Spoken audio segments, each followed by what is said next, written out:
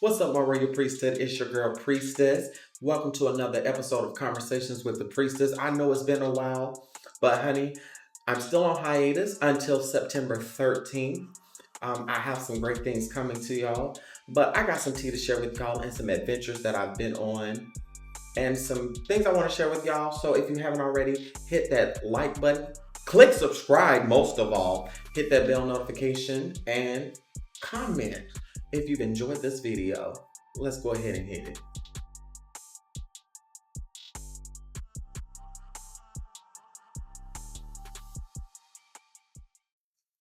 I announced a couple months ago that I was going on hiatus indefinitely, and I've taken the time necessary for me to recoup um, and get myself together.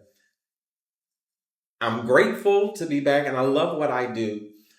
During this time, it took a lot of restructuring, but life has been great. There are some new opportunities for me on the horizon, and I'm not going to share too many details on those because it's personal to me, but I'm just grateful for the elevation, so to speak. On top of that, the main reason for my hiatus is that Mother's Day and Father's Day happened.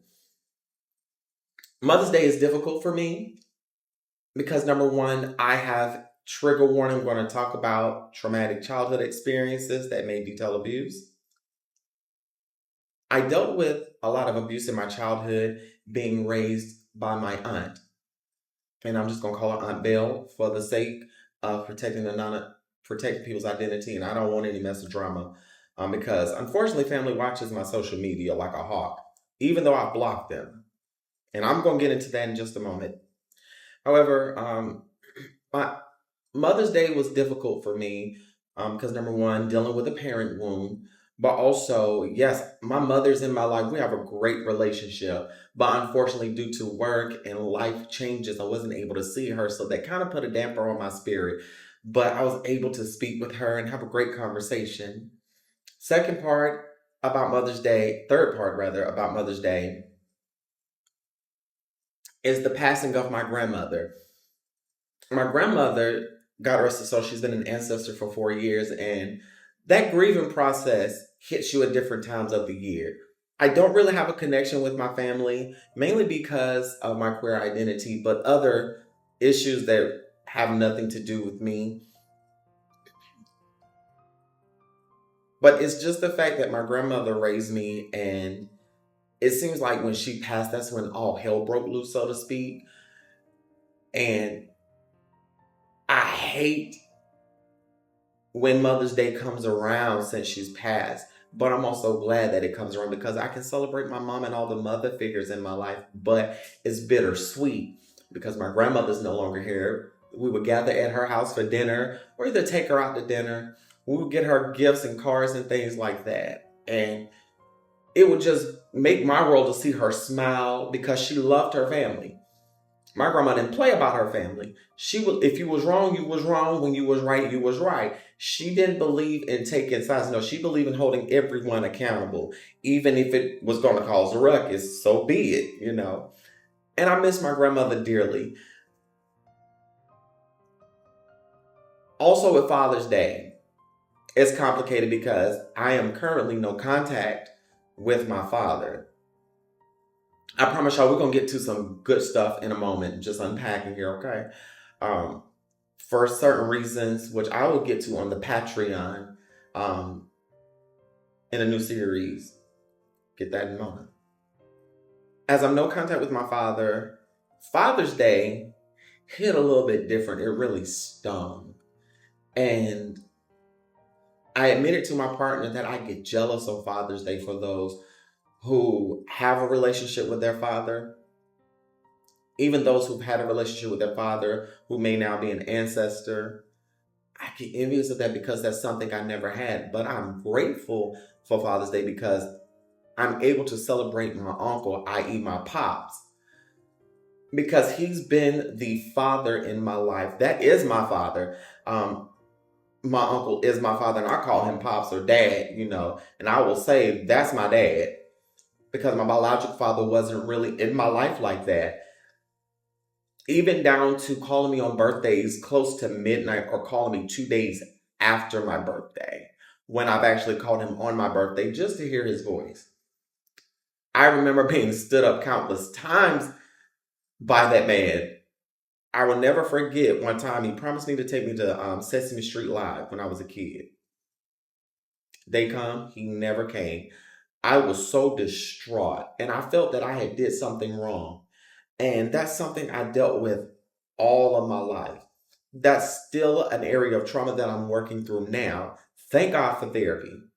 And if you need resources for therapy, I have a code below, betterhelp.com. Y'all can check that out and get a discount on your therapy sessions. But in that, I've started unpacking everything that I've been through. And a lot of my childhood trauma is connected to past relationships, as well as with the religious trauma as well. So it's been a whole lot of unpacking. And I needed to take that time to focus on my mental health and to unpack that junk. On top of that, dealing with the work stuff, I've never understood why some people don't take time to read over things that they get in the mail. I don't understand this intellectual laziness that people have about themselves. Like, do people even try anymore? Or do people use like critical thinking skills anymore? I'm not going to go into detail, but it's annoying. Like, even when planning events or just dealing with things online, like, I had someone comment on a preview video that I had posted on YouTube. And it says in the description and even in captions, to find out what happened, you got to subscribe or go to this link. People in the comments are asking me, well, what happened? And I say, well, you have to go click the video to find out. I'm not going to tell you. Like, do you really not want to watch the video that bad? And I try not to get offended, but I do get offended when stuff like that happens because I'm like, y'all subscribe to me for a reason. And I'm not being one of those entitled people, but it's like, what's the purpose of you subscribing to me if you're not going to actively and meaningfully engage? And I've said that on my other forms of social media, even with Merlin Mystique, like, why follow me if you're not going to meaningfully engage and just disregard my profile? Talked about that previously, it's like, But nevertheless, I'm standing strong because I got it like that. I'm a Pisces. I got this thing. But also in regards to religious trauma, many of y'all remember when I did Diary of a Church Girl in 2022 in my dealings with pastor teacher. Because I'm getting tired of saying pastor teacher, I'm just going to say Pastor Mo Edward. I'm not going to call that man's real name just to protect his whatever he has going on, which I really don't care. But I really am not trying to start any more trouble with that man. In 2022, when I found myself homeless and was living in transitional housing, this was in about April of 2022, Pastor Mo Edward calls me and says, hey, how are you? I said, I'm good. Mind you, at this time, I had just gotten settled in transitional housing. So emotionally, I didn't have, and mentally, I didn't have the wherewithal to really stick it to him for how he treated me. However, on the weekend of Broccoli Fest in DC, I was talking to my partner and I was letting her know like that really troubled me, and I never really got to have my say because being homeless and trying to figure out my next steps, he was not my top priority. And I began that healing process. So what I did on Broccoli Fest Sunday, I emailed Pastor Mo Edward and I let him know that I was displeased with how he treated me. And I let him know, you treated me wrong, like from down to how you publicly supported my transition fully and wholly, allegedly. But then you sat me down because your friend and bishop that you knew was some type of predator, if you get what I mean, and loved to prey on vulnerable people, knowing this with your experience with him, and you brought him in. Not only that, but you discarded me when I really needed a friend. So you were horrible to me. Not only that, you brought El Saint, aka Don Prophet, in the mix, who had allegations, come to find out after the fact that he's been around us and he's victimized other people. But you discard when people come forward and tell you the truth about him. It's like, sir, I'm done with you. Like, you're a crappy person. And I may or may not have shamelessly plugged Diary of a Church Girl, because I'm like, you're going to hear my story whether you like it or not. And I know that I've been blocked on several platforms because he told me when I was crowdfunding for my car in 2022, when I was with El Saint Don Prophet and the chef at his apartment, that he had blocked me because he was offended that I was crowdfunding and didn't come to him first. Well, sir, I came to you for help before, and you told me that you couldn't help me, and you pointed me in other directions. You didn't even let other church people in the organization know. So it's like, nah, I'm good. But it was then that I was already planning my descent from that ministry. And I was actually scared because El Saint Don Prophet and one of his henchmen, I'll call him St. Paul. St. Paul actually put me in a chokehold out of quote unquote anger, which it was really nothing but El Saint Don Prophet is a sociopath or a narcissist, whichever one. And he goes around playing on people's emotions, playing on their vulnerabilities. And I've seen this with countless women that he's done this with. And I've also seen this with vulnerable men that he's done this with. People like that are indiscriminate.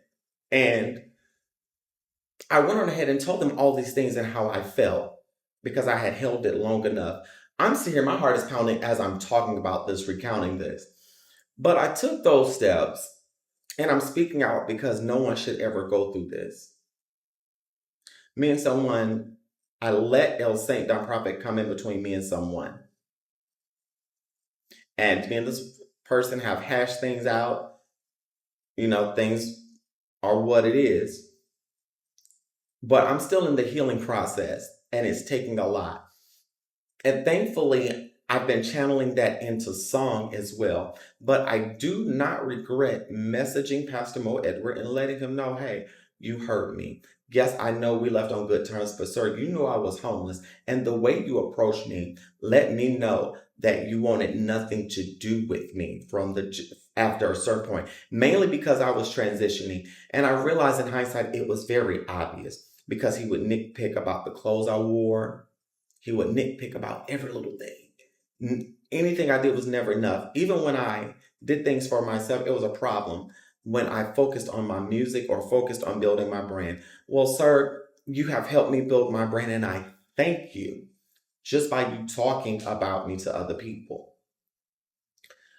And through that, and I'm sorry, I'm just venting, y'all, forgive me. Through that, I remain strong and resilient. Sometimes I do want to cry. Sometimes I do want to scream, and I do cry, but I don't scream because of where I live. But I'm thankful for my therapist because she has been a great help to me during this time and during this hiatus. Much needed, much needed, much needed. And with this much needed self care, I set Broccoli Fest Sunday. Thankfully, my partner was able to surprise me several months ago with Broccoli Fest tickets. And I already saw the lineup prior, and I was like, dang, I wish I could go, but I'm just gonna work that weekend and hustle, I got things to focus on. So next thing I know, she got the tickets and stuff. I said, oh shit, babe, you got the tickets. So we had started making our plans and got ready for Broccoli Fest. I already knew what I was gonna wear. they had brought me this nice dress, and the pictures are on my IG at CWT Priestess. Y'all go follow me there for pictures and things.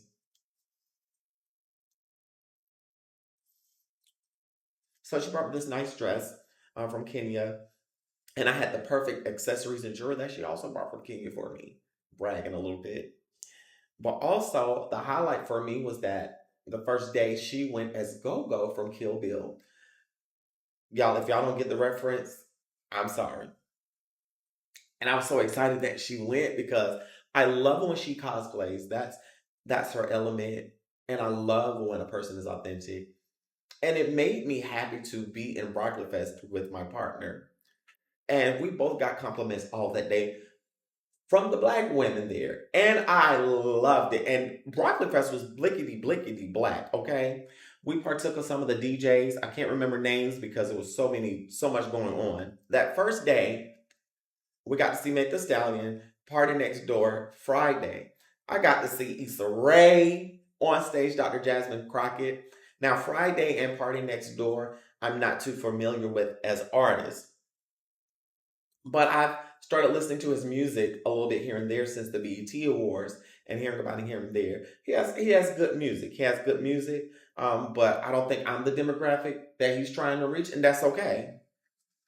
Every artist is not for everybody. Now, Friday, he got some grooves.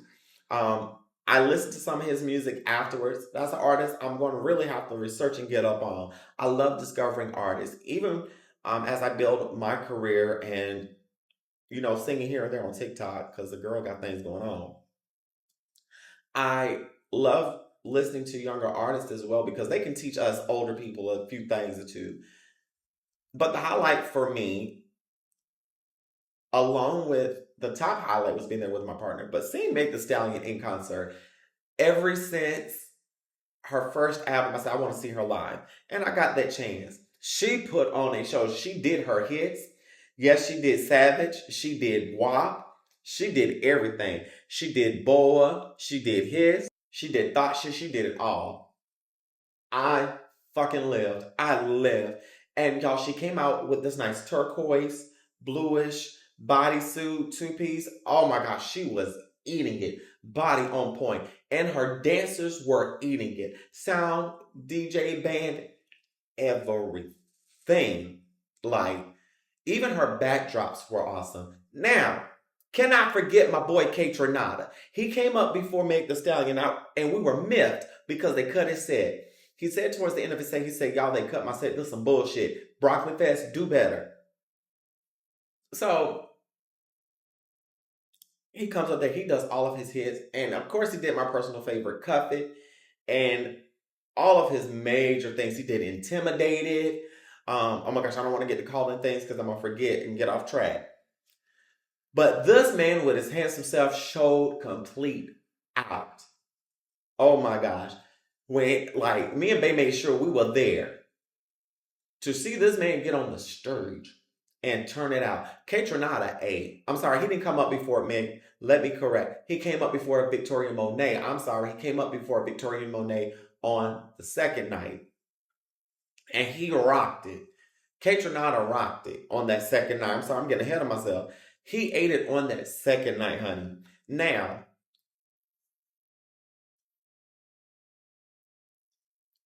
that second day, I decided I was going to go a little bit more relaxed. I wore the top to a two-piece bathing suit that I bought with a nice mesh half crop top that like just covered up to here, like covered from here to here. And I had on my Daisy Dukes, of course.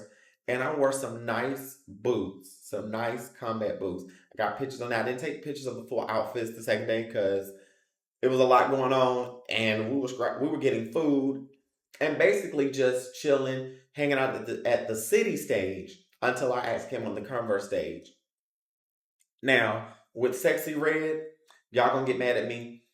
Sexy Red does not appeal to me. I have my reasons. If you're close to me, you know. I'm not gonna get into that right now. But we did see some of Lil Yachty set and the Concrete Boys. They were good. They were good. However, I feel like Lil Yachty is not for 38 and up. He's for like 25 and lower, you know. But hey, he's a good artist. He's a good artist, you know. Now, back to this now. Now, when the lights dropped for Kate Renata, his backdrops were immaculate. He had one of his silhouette and his figure, one of his hands, different colors. Like, I love the backdrops, even like this car backdrop.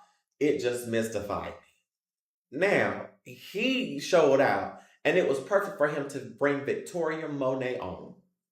Woo! She opened up with Ass Like That. What else she did? She did Smoke. Oh my gosh. She did so many songs.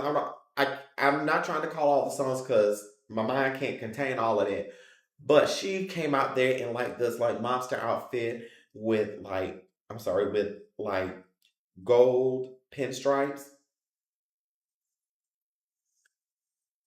as well as her dancers. And of course, they transitioned to like the more revealing outfits with the fitted caps and then on my mama, on my hood, I look fly, I look good, touch my swag, wish you could. I look fly, I look good. I put that on my own mama, on my hood. Okay, let me stop. You can touch my swag. She ate that. And of course, I noticed something between her and Meg. When Meg performed, a lot of the men that were there left. But I saw a lot of men getting down and dirty and twerking with their ladies and their partners. They even got it on the twerk cam, honey. Now,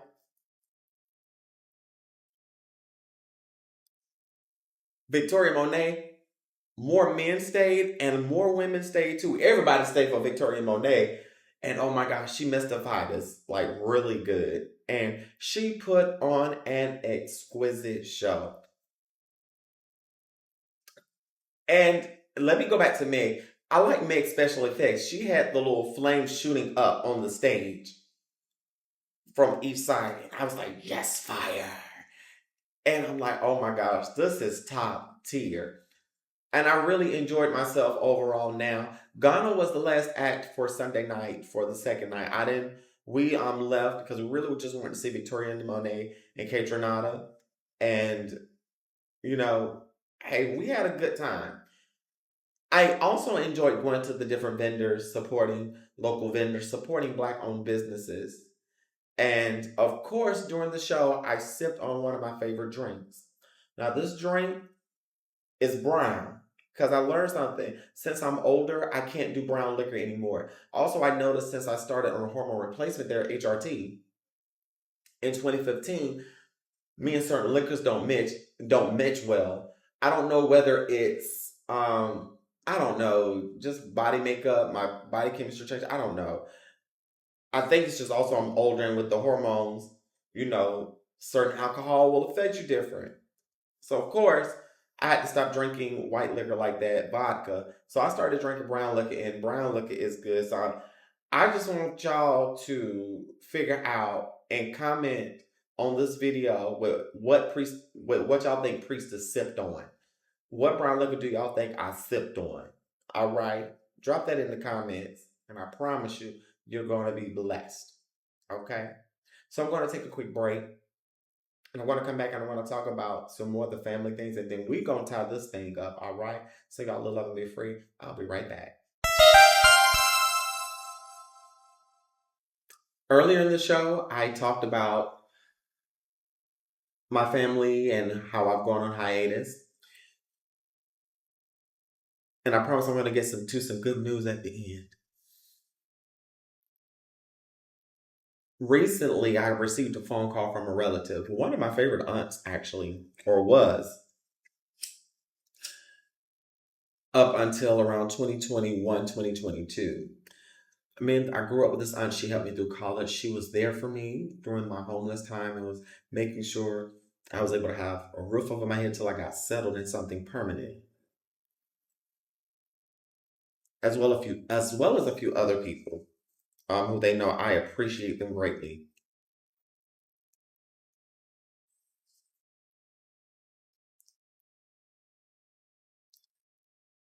This particular aunt called me one morning. I was getting ready for work, and she called me. She said, "Hey, how you doing?" Of course, dead naming me. As I informed her the last time we spoke what my name is. I was already like over it, and I didn't feel like tussling with her because I just got up maybe 30 minutes prior. I'm trying to get ready for work. I'm with my partner. And she starts telling me, "Oh, I had a family gathering this weekend. This one was invited, that one was invited, this one was invited, but they didn't come. And oh my gosh, we just had a good time. And family need to stick together because there's so much going on in the world," that type of thing. And the whole time she's talking to me, she sounded a little bit disoriented. I'm guessing she may have been still sleepy, but it sounded off. It didn't sound like what I was used to. However, this woman really thought that it was appropriate to call me and tell me about the family event that she did not invite me to and that I know I was not invited to, nor was I wanted at. You had my phone number to call me, but and tell me about the event afterwards, but did you couldn't have called me to invite me. That that solidified why I am no contact with several people in my family at this point. And that really put me in a further place coming off of the heels of Father's Day. And I was hurt. I'm still hurt over that because I'm like, you basically let me know I'm not wanted, which is something that I felt all of my life. And I'm going to talk more about that on the Patreon um, in a series called "I Think I Hate My Family." Now, this is not a dig at my family because I know, like I said, some of them watch me like a hoe. But this is just me sharing my lived experience.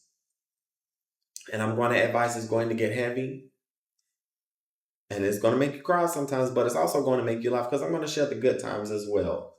I'm going to share some great times. So now I will say this about my Aunt Belle. I remember one time I was a kid in school and I had been getting bullied by one of my peers. And also I had had problems with this one particular teacher. Living in the South, if you are a black child, especially assigned male at birth, the school system treats you a certain kind of way. Blatant racism. And I will never forget one day the teacher told me to sit down that I was acting like a monkey. And I was just, you know how you sit in your seat with your foot up under you. I was sitting like that and I had just sat down and she told me that I was acting like a monkey. And I told my Aunt Belle what happened. And the next thing I know, she comes to the school. I don't know what was said, what happened, but I know she let them know, hey, don't let that woman call my black child a monkey or relate anything to my child to a monkey. That's racist and you know it. And the teacher came to me. I don't know why she came to me. She was like, "Oh yeah, just let your mom know. I didn't call you a monkey. I was just saying you were acting like one. I didn't mean anything about it." And I told my Aunt Belle about it, and she went back up to the school again, had words, and I had problems out of the teacher until I left her out of her class. That was one of the many times that my Aunt Belle stood up for me. However, that does not negate the harm done. But hey, she was a trooper when she needed to be, and sometimes she wasn't. And these are the things that are helping me make this series. So y'all can go ahead and subscribe to my Patreon. Um, Price changes coming for the regular basic content. You know, PG-13. Let me not even say PG-13. Let me just say if unclothedness bothers you, don't subscribe to the top tier. But the basic tier is $8.99. For everything else, with all the covers pulled off, that's $10.99. So y'all can subscribe there. But speaking of content, I am back on Bigo. through all of the things that happened through homelessness and my former pastor getting on my nerves about I needed to quit Bigo for some unknown reason, I decided to come back after a 2.5 year hiatus, and it's coming up on my 2 year, no, my 3 year host anniversary. I became a host in August 5th of 2021, and I'm excited to be back. I used to host a talent show there. Um, I used to do late night panels, so I'm getting back to it. You can join me there on Tuesdays at 9 p.m. Eastern Standard Time, 8 p.m. Central Standard Time, 6 p.m. Pacific Standard Time. Join me Tuesdays at 9 p.m. Eastern Standard Time for Tuesday Tarot, Tarot Tuesday. I'm putting together some things over on the Bigo app, so I really want some people that can sing to come out. I'm preparing a singers panel. I'm throwing it out there already. Um, but I'm looking for wholesome people to connect with and just have fun with on the Bigo app. So my Bigo ID is Yannick T Music. The links and everything will be in my show notes. I really do appreciate you all giving me a platform and dealing with my wildness, you know. I know this podcast episode was heavy, but there has been some joy in my life. I'm excited to be in the love and relationship that I am in. And I was able to also recently reconnect with a friend that I hadn't seen in a couple of months, and I was so glad to see them. Oh my gosh, it lit up my world. We had some great conversations and we laughed at a lot of crazy stuff. So it's good to have those friends in your life, and it's good to recognize when things are no longer serving you. Sometimes you have to let the tower card do its thing, all right? If y'all don't hear nothing else that I say, if you are a tarot reader, that tarot card lets you know that change is going to be sudden. It could be an upheaval. It could shake you to the core, but you're going to survive, and it's necessary for it to happen. And when I say it's necessary to happen, it's necessary that those people walk out of your life. However, the pain that they cause is very unnecessary. You can leave a person's life without causing pain. A person can leave your life without causing pain. And if they cause pain leaving your life, but if a person caused you pain in order to leave you, then that was not the person to have in your life. So y'all live, love, and be free from the priestess. Smooches.